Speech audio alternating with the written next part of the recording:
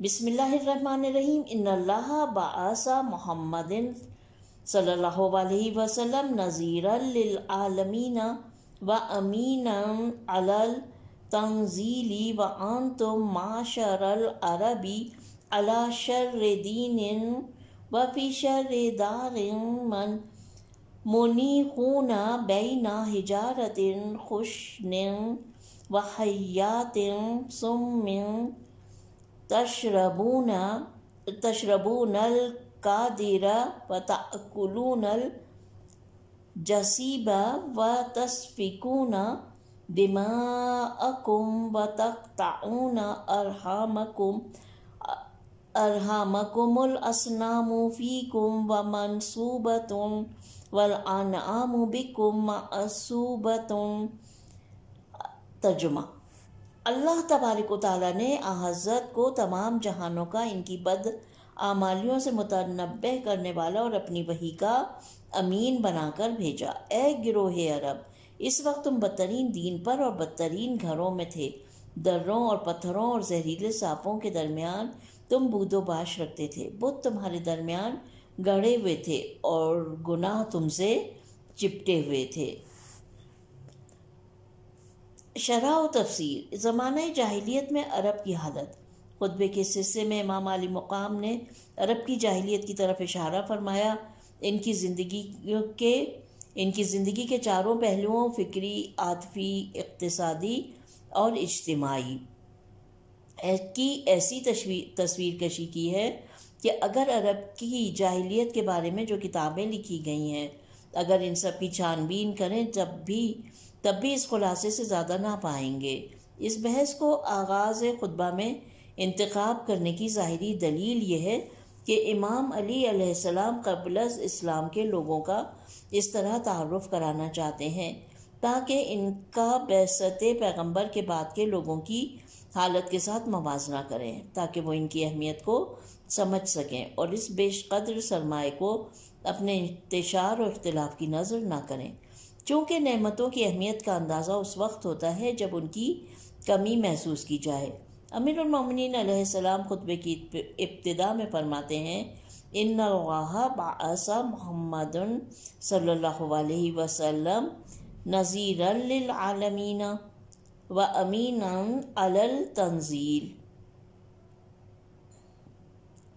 اللہ نے حضرت محمد مصطفیٰ صلی اللہ علیہ وسلم کو رسالت کے ساتھ مبعوث فرمایا تاکہ دنیا والوں کو ڈرائیں، راہ حق و عدالت کے سرکش اور منحرف لوگوں کو اللہ کے عذاب سے ڈرائیں اور انہیں اپنی آیات کا امین قرار دیں۔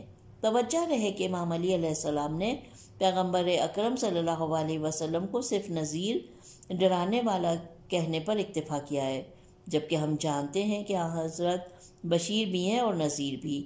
جس طرح قرآن مجید میں متعدد جگہوں میں یہ دو صفتیں پہلو بہ پہلو ذکر ہوئی ہیں، جیسا کہ یا ایھا النبی انا ارسلناک شاہدا ومبشرا ونذیرا اللہم صلی علی محمد وآل محمد۔ یہ سورہ احزاب کی آیت نمبر 45 ہے۔ اے پیغمبر، ہم نے تمہیں گواہ، بشارت دینے والا اور ڈرانے والا بنا کر بھیجا ہے۔ اور دوسری آیات میں بھی اس طرح ذکر ہوا ہے، جیسا کہ اب یہاں پر اس کا حوالہ ہے کہ سورہ سبا کی آیت نمبر 38 میں، سورہ فاطر کی آیت نمبر 24 میں، سورہ فتح کی آیت نمبر 8 میں اور سورہ بقرہ کی آیت نمبر 119 میں۔ لیکن ذمہ داریوں کی ادائیگی کی جانب توجہ اور خلاف ورزیوں سے دوری شاید وہی مجازات و تنبیہ ہیں جو نذیر کے لقب اور موضوع سے وابستہ ہیں۔ اسی دلیل کی بنا پر بہت ساری آیات پیغمبر اکرم اور تمام انبیاء کے بارے میں ان کے نذیر ہونے کی طرف رہنمائی کرتی ہیں، اور ان میں کسی مقام پر بھی صرف بشیر کے عنوان پر کفایت نہیں کی گئی۔ آج کل کے دنیاوی قوانین میں ہمیشہ یہی جزا و سزا رائج العمل ہے، اور تشویقی مسائل میں بہت کم ضامن کے عنوان سے استفادہ کیا جاتا ہے۔ بہرحال انذار یعنی ڈرانے والے کا آخری ہدف یہی ہے کہ انسان اپنی ذمہ داریوں کا احساس کرے اور ان سے عہدہ برا ہونے کی صحیح کرے۔ اس نقطے کو فراموش نہیں کرنا چاہیے کہ پیغمبر اکرم تمام جہانوں کے انسانوں کے لیے نذیر ہیں، اور یہ بات بخوبی واضح ہے کہ دین اسلام دین جاویدانی ہے، کیونکہ لفظ عالمین ایک وسیع مفہوم رکھتا ہے کہ جس میں زمان و مکان کی قید نہیں ہے۔ Page number 118۔ امین علی التنزیل کی تعبیر سے ضمناً پیغمبر کے مقام عصمت کی طرف اشارہ ہوتا ہے، اور وہ کتاب الہی کی امانت کی حفاظت اچھی طرح کرتے ہیں اور بغیر کسی تحریف کے تمام عالم انسانیت کو خدا کا پیغام پہنچاتے ہیں۔ امام علی مقام نے 10 مختصر اور جامع جملوں میں دور جاہلیت میں عرب کی جہالت جو 4 چیزوں کے گرد گردش کرتی ہے کی وضاحت فرمائی۔ آپ نے فرمایا وَأَنْتُمْ معشر العربی علی الشر دین، یہ ایسی حالت تھی کہ تم عرب لوگ بدترین دین اور بدترین گھر رکھتے تھے۔ بت پرستی سے بڑھ کر کون سا برا دین ہے؟ ایک عاقل اور ہوشیار انسان ایک پتھر یا لکڑی کو خود تراشے اور اس کے سامنے سجدہ ریز ہو، اپنی تقدیر کو اس کے حوالے کرے اور اپنی مشکلات میں اس سے پناہ مانگے، یا وہ بت جو خرما کھجور سے بنائے اور اس کے سامنے سجدہ کرے اور قحط سالی میں کھا لے۔ ان کا سب سے بڑا انحراف عرب جہالت ہے کہ اپنے دین کو احمقانہ عقائد اور عقل و منطق سے دور خرافات سے پر کر لیا، جو تاریخی کتابوں میں تفصیل سے مذکور ہے۔ ان کے عقائد و افکار کی بحث کے ذیل میں اشارہ کیا جائے گا۔ اس کے بعد امام علی علیہ السلام نے ان کی اقتصادی زندگی کے رقت بار حالات کا ذکر کرتے ہوئے فرمایا وَفِي شَرِّ دَارٍ مُنِيخُونَ۔ اچھا، اب یہاں پر جو اس کی ڈسکرپشن دی گئی ہے حاشیے میں میخون، یہاں پہ منی خون لکھا ہوا ہے، اوپر خطبے میں جب ہے منی خونہ بینا حجارتن، یہاں پر جب نیچے جب اس کو ڈسکرائب کیا گیا ہے تو لکھا ہوا ہے می خون نوح کے مادے سے ہے جو اونٹ کی نیند کی حالت کو کہتے ہیں، چونکہ اونٹ کھردرے پتھر کے درمیان استراحت کرتا ہے۔ بینا حجارتن خشن و حیاتی سم تشربون القدیر و تاکلون الجشب۔ اب جشب یعنی انہوں نے خشنن خشب نا انصافی اور نا ہمواری کے معنی میں آیا ہے۔ امام نے جو فرمایا، جو خطبہ فرمایا، اس کے پہلے سے کا ہم مطالعہ کر رہے ہیں، اور آئیے اب ہم یہاں پر جو عبارت ابھی میں نے پڑھی اس کا ترجمہ پڑھتے ہیں۔ تم عرب کے لوگ بدترین گھر اور بدترین جگہ میں زندگی بسر کرتے تھے، جہاں زہریلے سانپوں جو کسی سے ڈرتے نہیں اور زیادہ خطرناک ہیں کے درمیان گندا پانی پیتے تھے اور حرام غذا کھاتے تھے۔ اگر آپ لوگوں کے اذہان میں ہو تو شہزادی کونین نے بھی اپنے خطبے میں اس کا ذکر کیا ہے کہ تم گندا پانی پیتے تھے اور کیڑے اور اس میں جو غذا ہوتی تھی گندے پانی سے وہ لے کے کھایا کرتے تھے۔ شہردار بدترین سے عرب جاہلوں کی سکونت کی جگہ مراد ہے، چونکہ اس خطبے میں ان میں سے بہت سارے بالخصوص مولا علی علیہ السلام کے مخاطبین مکہ یا مدینے کے رہنے والے تھے۔ ممکن ہے یہی وجہ ہو کہ ان دو شہروں نے اپنا معنوی چہرہ مکمل طور پر ختم کیا تھا اور بت پرستی، شرارت اور فساد کی بھیٹ چڑھ گئے تھے۔ Page number 119۔ نا ہموار فضا، خشک بیابان اور بے آب و گیا کی حالت نے ان دور شہروں کو گھیر لیا تھا۔ اگر تھوڑا سا بارش کا پانی کنویں کی تہہ میں یا تالابوں میں باقی ہوتا تو وہ بھی تیز ہوا یا لوگوں کی دخالت کی وجہ سے گدلا ہو جاتا تھا، اور وہ پانی پینے سے لوگ نفرت کرتے تھے مگر مجبوری میں پیتے تھے۔ ان کی غذا و خوراک اس سے بہتر نہیں تھی۔ نہج البلاغہ کے شارحین میں سے کسی ایک نے نقل کیا ہے کہ کسی عرب سے پوچھا گیا ای الحیواناتی تاکلون فی البادیہ، تم بیابان میں کس جانور کا گوشت کھاتے ہو؟ اس نے جواب دیا تأکل کل ما دب ودرجہ الا اما جبین، ہم ہر موجود گوشت کو کھاتے ہیں جو حرکت کرے مگر گرگٹ کو نہیں کھاتے۔ حیات سم من، بہرے سانپ مراد ہیں چونکہ نہ سننے کی وجہ سے زیادہ خطرناک اور زہریلے ہوتے ہیں۔ خطبے کے تیسرے حصے میں عرب کے اجتماعی حالات اور بد امنی پر روشنی ڈالتے ہوئے امام علی مقام فرماتے ہیں تسفکون دماءکم، تم مسلسل خون بہاتے رہتے تھے، نہ صرف دشمن پر بلکہ اپنے اوپر بھی رحم نہیں کھاتے تھے۔ تسفکون دماءکم کے جملے میں افعال مضارع کا استعمال اور اسی طرح کے دوسرے جملوں کا استعمال ان کے آپس کے ناخوشگوار حالات کے تسلسل کی طرف اشارہ ہے کہ ان کے درمیان در حقیقت ان کی خونریزی کے لیے کوئی روشن دلیل تو تھی نہیں، معمولی سے بہانے پر تلوار کھینچ لیتے تھے اور اپنی جانوں کو بھی ہلاکت میں ڈال دیتے تھے۔ ایک معمولی بہانے سے کئی دن، کئی مہینے بلکہ برسوں تک اس جنگ کو طول دیتے تھے۔ معروف جنگوں جن کی طرف بعد میں اشارہ کیا جائے گا کے مطالعے سے پتہ چلتا ہے کہ یہ لوگ کتنے جاہل اور بے خبر تھے جو معمولی چیزوں پر جان سے مارتے اور خون بہاتے تھے۔ چوتھے حصے میں آپ نے عرب کے خاندانی حالات کی طرف اشارہ فرمایا۔ آپ نے فرمایا وَتَقْطَعُونَ أَرْحَامَكُمْ، تم اپنے عزیزوں سے قطع رحمی کرتے تھے۔ یہ جملہ حقیقت میں مسئلہ یعنی اپنی بیٹیوں کو زندہ درگور کرنے اور انہیں قتل کرنے کی طرف اشارہ کرتا ہے، چونکہ وہ لوگ اپنی بیٹیوں کو ننگ کو عار اور بدبختی سمجھتے تھے۔ جس شخص کی کوئی بیٹی ہوتی اسے اپنے قوم قبیلے سے ایک مدت تک شرمندگی کا سامنا کرنا پڑتا۔ Page number 120۔ وَإِذَا بُشِّرَ أَحَدُهُم بِالْأُنثىٰ ظَلَّ وَجْهُهُ مُسْوَدًّا وَهُوَ كَظِيمٌ يَتَوَارَىٰ مِنَ الْقَوْمِ مِنْ سُوءِ مَا بُشِّرَ بِهِ أَيُمْسِكُهُ عَلَىٰ هُونٍ أَمْ يَدُسُّهُ فِي التُّرَابِ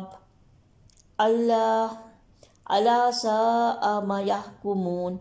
اور جب یہ ہے سورہ مبارکہ نحل کی آیت نمبر 58 اور 59۔ ترجمہ سنیے۔ اور جب ان میں سے کسی ایک کو لڑکی کے پیدا ہونے کی خوشخبری دی جائے تو رنج کے مارے اس کا منہ کالا ہو جاتا ہے اور وہ زہر کا سا گھوٹ بھر کر رہ جاتا ہے۔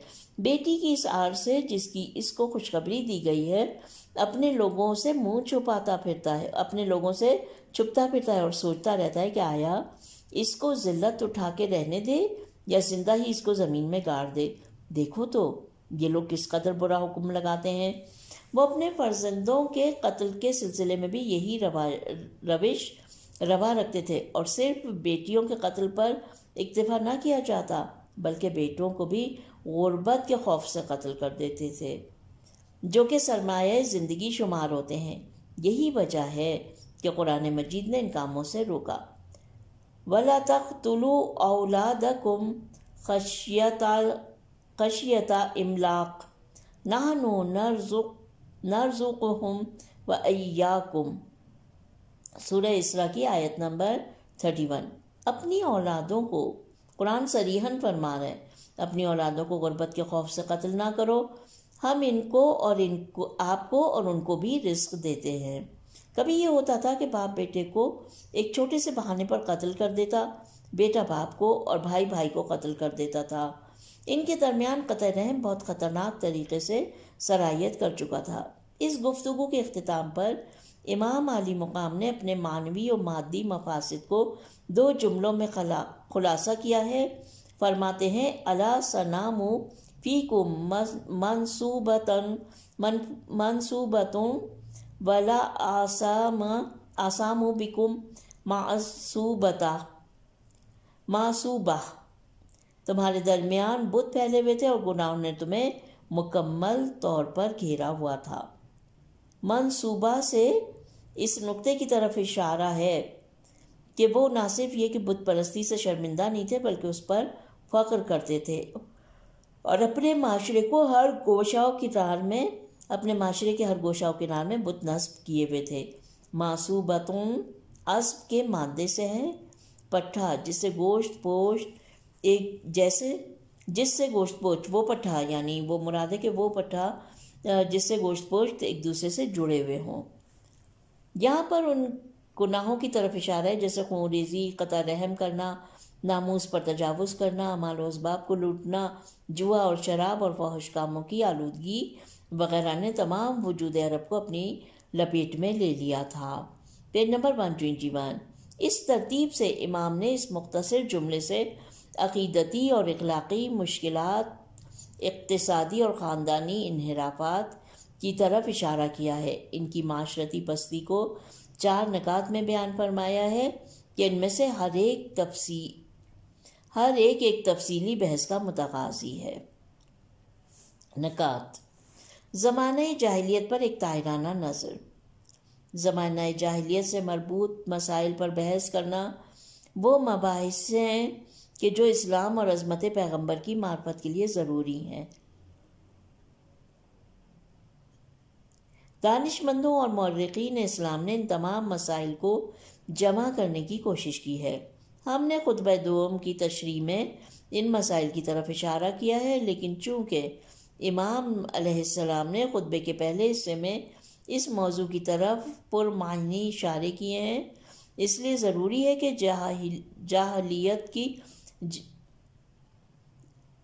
جاہلیت کے عربوں کی زندگی کے ان 4 محوروں پر روشنی ڈالی جائے جو کہ خطبے کے اس حصے میں مولا کے مورود نظر ہیں۔ الف: عرب کے عقیدتی انحرافات پر بہت کچھ کہنے کو ہے۔ بت پرستی نے پورے عرب معاشرے کو گھیر رکھا تھا۔ وہ بت جن کا عمومی طور پر تمام عرب قبائل احترام کرتے تھے وہ خانہ کعبہ میں نصب تھے۔ قبیلے کے بت، خاندان کے بت، وہ بت جو مختلف شکلوں میں بنائے گئے تھے اور وہ بت جو بغیر شکل کے تھے، پتھر کے ٹکڑوں سے بنائے گئے تھے۔ فرشتوں کو خدا کی بیٹیاں تصور کرتے تھے، حالانکہ وہ خود بیٹیوں سے نفرت کرتے تھے۔ قیامت کا انکار کرتے تھے۔ ان میں سے اکثر اپنے اہم کاموں میں بتوں سے مشورہ کرتے تھے۔ مشورے کا طریقہ یہ تھا کہ تیر کی لکڑی پر افعل اور لا تفعل لکھ دیتے تھے۔ بت کی زبان خیال کرتے اور اسے تھیلے میں ڈالتے اور ہلاتے تھے۔ ان میں سے ہر ایک کو باہر لے آتے اور اسے ان میں سے ایک کو بت کا، یعنی جیسے وہ ہمارے یہاں لکی ڈرا وغیرہ یا قرآن اندازی جس کو کہتے ہیں نا، اس ٹائپ کی چیز یہ بتا رہے ہیں کہ وہ لکھ لیتے تھے لکڑی کے ٹکڑوں پہ کہ افعل یہ ہو جائے گا یہ کام، لا تفعل کرنا ہے، کروں یہ کام نہیں کروں، یہ لکھ کے اور پھر وہ ایک تھیلے میں ڈال کے اس کو ہلاتے تھے اور کوئی بھی ایک اس میں سے باہر لے آتے تھے اور اسے بت کا حکم مان کر واجب العمل قرار دیتے تھے۔ ان کے خرافاتی عقیدے مثلاً چڑیل، اچھے و برے پرندے اور اس قسم کے دیگر معاملات کو اپنے فکر و خیال میں فعال بد و نیک سے تعبیر کرتے تھے۔ بے، یہ پہلا نقطہ تھا نا، ایک پارٹ پہلی چیز تھی۔ اب دوسرا کیا ہے؟ یعنی بے، یعنی ان کی اقتصادی بدحالی کا حال یہ تھا کہ نہ صرف بیٹیوں کو بلکہ بیٹوں کو بھی جو سرمایہ زندگی شمار ہوتے ہیں فقر و غربت کے خوف سے قتل کر دیتے تھے۔ Page number 166۔ قتل و غارت گری، دوسروں سے مال کی لوٹ مار اور دھوکے سے حاصل کیا ہوا مال ان کی آمدنی کا بڑا ذریعہ تھی۔ کھلے پاؤں نیم اوریاں لباس ان کی اقتصادی کمزوری کی عکاسی کرتے ہیں۔ اگر کسی کے پاس سادہ لباس بھی ہوتا تو دوسروں پر فخر کرتا کہ میرے پاس وہ لباس ہے جو سردیوں، بہار اور گرمیوں میں بھی کام آتا ہے۔ اب جیم، عرب میں آپس کا حال یہ تھا کہ وہ کسی شخص اور کسی چیز پر رحم نہیں کرتے تھے۔ ابن خلدون کے مطابق ان کی ایسی وحشیانہ طبیعت تھی کہ ہر وقت فساد و غارت گری کی طرف مائل تھے۔ جو چیز ہاتھ میں آئے لوٹ لیتے تھے۔ ان کاموں سے وہ لطف اٹھاتے تھے اور اپنے رزق کو تلواروں کے سائے میں دیکھتے۔ قتل و غارت گری کے لیے کسی ممانعت کو قبول نہیں کرتے تھے۔ منقول ہے کہ جب پیغمبر اسلام صلی اللہ علیہ وسلم سے بہشت اور وہاں کی نعمتوں کی تعریف سنتے تو پوچھتے تھے کہ اب وہاں جنگ و جدال کا وجود ہوگا؟ جب جواب نفی میں ملتا تو کہتے اذن لا خیر فیہا، پھر تو کوئی فائدہ نہیں۔ بعض تاریخوں میں آیا ہے کہ عرب کے جاہلوں کے درمیان 1700 جنگیں ہوئیں، ان میں سے بعض کا دورانیہ 100 سال تک تھا۔ نسلیں آ گئیں اور چلی گئیں۔ جنگ کی آگ اس طرح پھیلی کہ بعض اوقات فضول اور بے مقصد بہانوں سے طول پکڑتی تھی۔ عرب کے جاہل یہ اعتقاد رکھتے تھے کہ خون کو خون ہی سے دھویا جا سکتا ہے، بلکہ بعض اوقات چھوٹی سی بات پر کئی قتل ہو جاتے۔ بعض تاریخوں میں ذکر ہے کہ سلامان نامی قبیلے سے اپنی اہانت کا بدلہ لینے کی غرض سے ایک شخص جس کا شنفرہ آیا ہے، اس نے عہد کیا کہ وہ 100 آدمیوں کا قتل کرے گا۔ 99 افراد کو قتل کر کے بھاگ گیا۔ سونفر کے خیال میں ہی تھا کہ ایک حادثے میں دنیا میں یہی تھا کہ سنفر جو ہے ایک شخص کا یہ شنفرا جو ہے وہ یقیناً اس کا نام ہے، کہ ایک شخص جس کا یہاں پہ پرنٹ نہیں ہوا ہے، لیکن مجھے محسوس ہوتا ہے کہ ایک شخص جس کا نام شنفرا تھا آیا ہے، اس نے عہد کیا کہ وہ 100 آدمیوں کو قتل کرے گا۔ وہ 99 افراد کو تو اس نے قتل کیا، اس کے بعد بھاگ گیا۔ سونفر کے خیال میں ہی تھا کہ ایک حادثے میں دنیا سے 100 نفر کے 99 افراد کو اس نے قتل کیا، 100 نفر کے خیال میں ہی تھا کہ ایک حادثے میں دنیا سے چلا گیا۔ اس کے قبیلے کے کسی فرد نے اس کی کھوپڑی کو اٹھایا۔ اس کے قبیلے والوں نے کہا اس نے اپنا وعدہ پورا کر لیا اور اپنا انتقام لیا۔ یہ ریفرنس اس کا آلوسی نے بلوغ الادب جلد نمبر 2 صفحہ نمبر 145 پر شنفری کا تعارف اس طرح کرایا ہے کہ وہ عرب کا جاہل شاعر تھا۔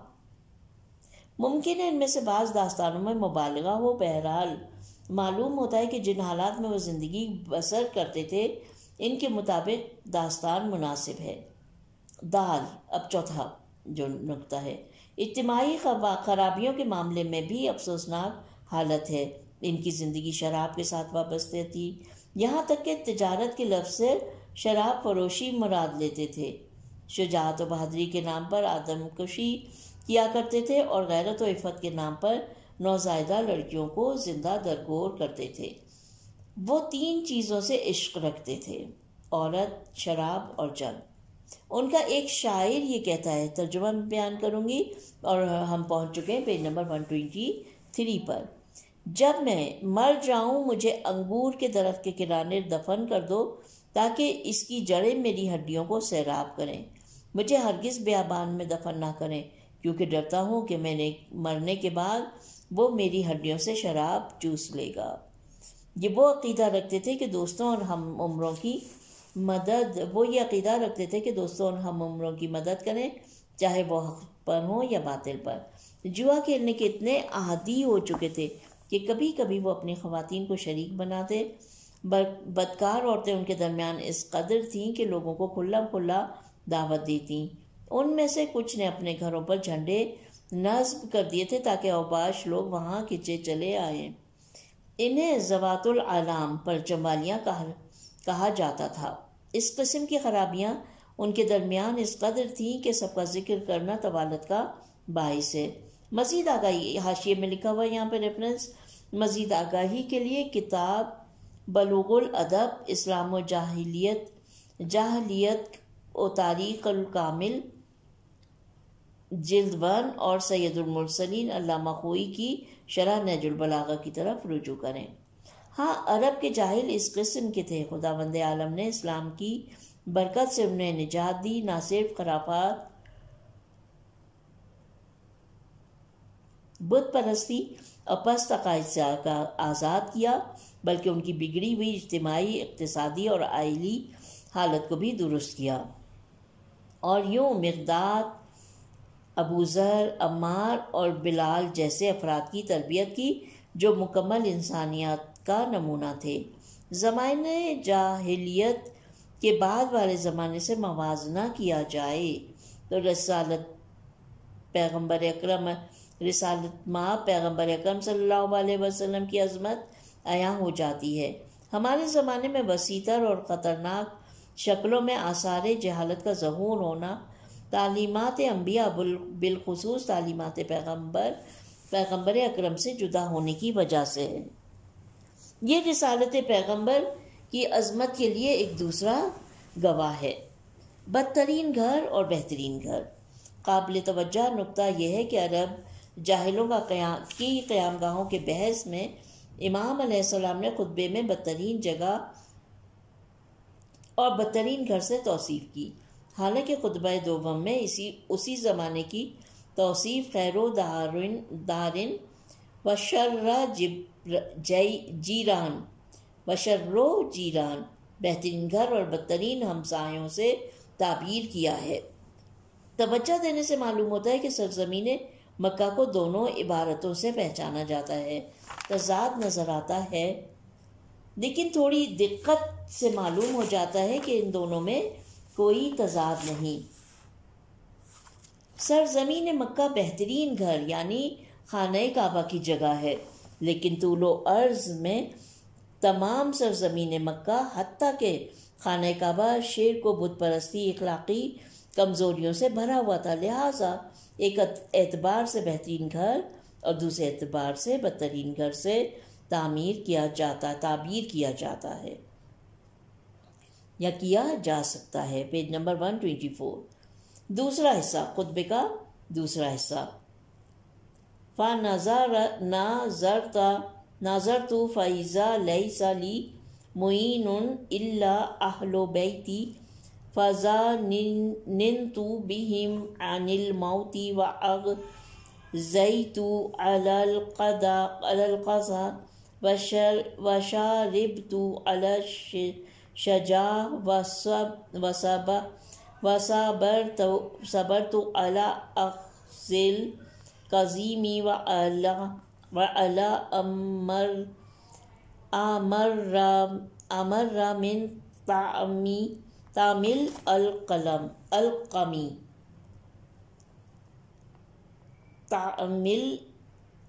الْقَمِ۔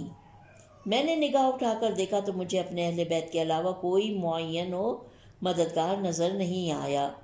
میں نے انہیں موت کے منہ میں دینے سے بخل کیا، آنکھوں میں خس و خاشاک تھا مگر میں نے چشم پوشی کی، حلق میں پھندے تھے مگر میں نے غم و غصے کے گھونٹ پی لیے، اور گلو گرفتگی کے باوجود حنتل سے زیادہ تلخ حالات پر صبر کیا۔ شرح و تفسیر۔ دردناک صبر۔ اس خطبے میں امیر المومنین علیہ السلام نے پیغمبر اسلام کی وفات کے بعد کے حوادث بالخصوص خلافت کی داستان کی طرف ایک جامع اشارہ فرمایا اور اپنے مسلم حق خلافت رسول جو حقیقت میں مسلمانوں کا حق تھا اس کے بارے میں فرماتے ہیں۔ فَنَظَرْتُ فَإِذَا لَيْسَ لِي مُعِينٌ إِلَّا أَهْلُ بَيْتِي۔ میں نے نگاہ اٹھا کر دیکھا تو اپنے اور مسلمانوں کے حق کی خاطر سوائے اہل بیت کے کسی کو نہ دیکھا۔ ظاہر ہے کہ اس گروہ کے مد مقابل جنہوں نے رحلت پیغمبر اکرم کے بعد خلافت کے حصول کے لیے پروگرام بنایا، تھوڑے سے مددگاروں کے ساتھ قیام کرنا اور کسی نتیجے تک پہنچنا ممکن نہیں تھا، کیونکہ اس قیام سے نہ صرف نتیجے تک نہیں پہنچ سکتے تھے بلکہ خاندان پیغمبر کے بہترین افراد قتل ہو جاتے۔ یہی نہیں بلکہ ممکن تھا کہ مسلمانوں میں ایسا رخنہ ڈالا پڑ جاتا جو رحلت پیغمبر کے بعد منافقین چاہتے تھے۔ Page number 125۔ اور وہ اس موقع سے فائدہ اٹھاتے اور وجود اسلام کو خطرے میں ڈالتے، اس لیے امام نے دردناک سکوت کو قیام پر ترجیح دی۔ اس بنا پر امام عالی مقام نے اپنی گفتگو کو تسلسل دیتے ہوئے فرمایا اغزیتو کا جو یہاں پر اب اس کے میننگ ہے وہ کیا ہے کہ غزی سے ہے، یہ مادہ غزی سے ہے جس کے معنی آنکھوں کی پلکیں ہیں۔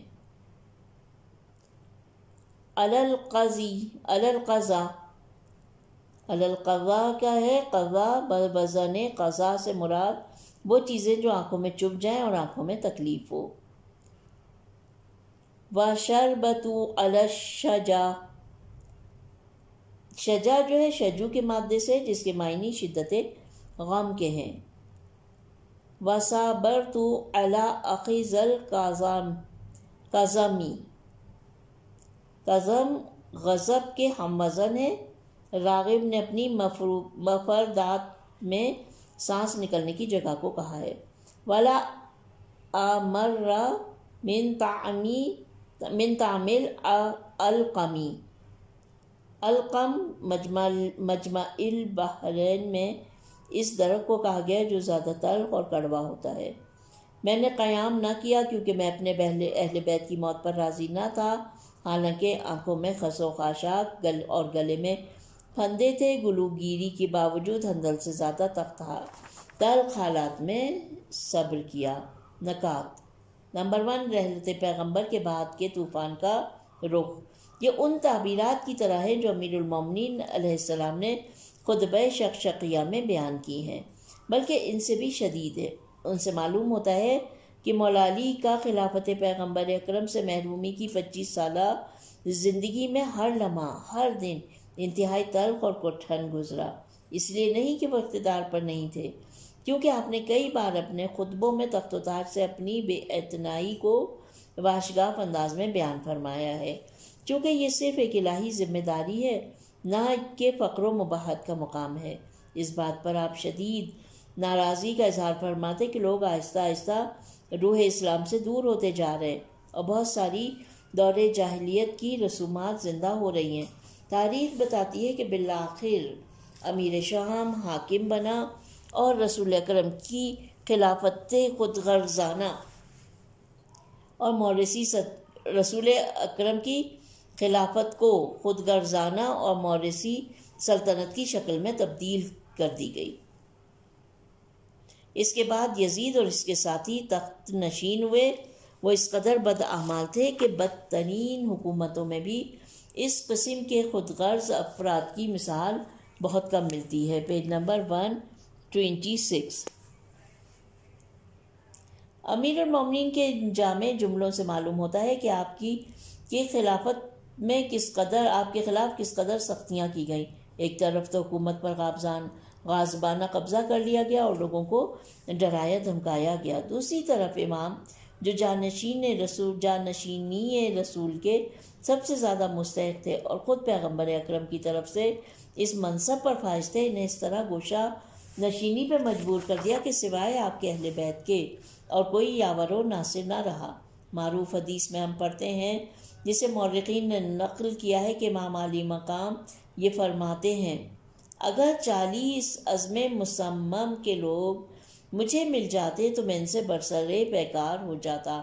پیغمبر اکرم کی مقرر کردہ حکومت کو اسلامی راستے سے منحرف کرنے کی کسی کو اجازت نہیں دیتا۔ شرح نہج البلاغہ ابن میثم جلد نمبر 2 صفحہ نمبر 26۔ شرح نہج البلاغہ ابن ابی الحدید جلد نمبر 2 پیج نمبر 22۔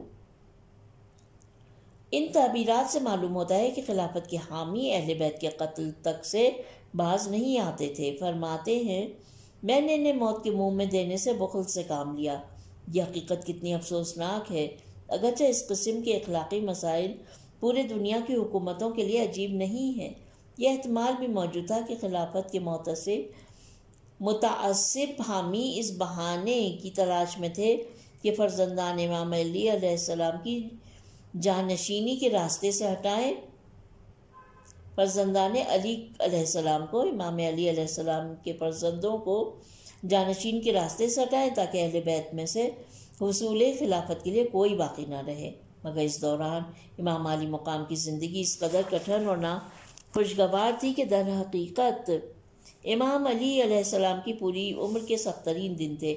آپ نے گوشہ نشینی کی زندگی بسر کی، حکومت اسلامی کے نام پر غیر اسلامی اور غیر شرعی کام ہوتے دیکھتے رہے اور خاموش رہنے پہ مجبور تھے۔ حکمران عقائد میں تحریف، احکام اسلامی کو سمجھنے میں غلطی اور طبقاتی تقسیم و بے عدالتی کے مرتکب ہوتے تھے۔ بالآخر حکومت فرعون و قیصر و کسریٰ کی سلطنت کی طرح خود غرض اسلامی حکومت میں تبدیل ہو گئی۔ اس سوال کا جواب نہج البلاغہ کے خط نمبر 26 میں ملے گا، جہاں امام فرماتے ہیں، خدا کی قسم مجھے یقین نہیں تھا اور مجھے گمان بھی نہیں ہوا تھا کہ عرب حضرت کے بعد رہبری و خلافت کو ان کے اہل بیت سے چھین لیں گے اور آپ کے بعد مجھ سے دور ہو جائیں گے۔ جس چیز نے مجھے سب سے زیادہ تکلیف پہنچائی وہ لوگوں کا اس شخص کے گرد جمع ہونا تھا جس کی انہوں نے بیعت کر لی، ایک ایسا شخص جو مجھے اس اہم ترین عہدے کے لیے کسی طرح موزوں نظر نہیں آتا۔ Page number 127۔ اور میں اس کے دور حکومت میں سنگین مشکلات اور مصیبتوں کی پیش گوئی کر رہا ہوں۔ میں ہاتھ پر ہاتھ رکھ کے بیٹھ گیا اور اس کی بیعت نہیں کی، نہ میرے پاس اس کی مخالفت کی طاقت تھی اور نہ حمایت کر سکتا تھا، یہاں تک کہ میں نے اپنی آنکھوں سے دیکھا کہ ایک گروہ اسلام سے پھر گیا۔ وہ چاہتا تھا کہ دین اسلام نیست و نابود ہو جائے۔ نوبت یہاں تک پہنچ گئی تھی۔ مجھے خوف ہوا کہ اگر اس وقت میں نے اسلام اور مسلمانوں کی مدد نہ کی تو اسلام کی بنیادوں میں شگاف پڑ جائے گا اور اسلام معاذ اللہ مٹ جائے گا۔ یہ میرے لیے اپنی خلافت و حکومت کے نکل جانے سے بڑا نقصان ہوتا، اس لیے میں نے ان حادثات کو روکنے کے لیے قدم روک لیے تاکہ باطل درمیان سے ہٹ جائے اور دین اسلام منافقوں کے خطرے سے رہا ہو جائے۔ فَنَاهَزْتُ فِي تِلْكَ الْأَحْدَاثِ حَتَّى زَاهَ الْبَاطِلُ وَزَهَقَ وَاطْمَأَنَّ الدِّينُ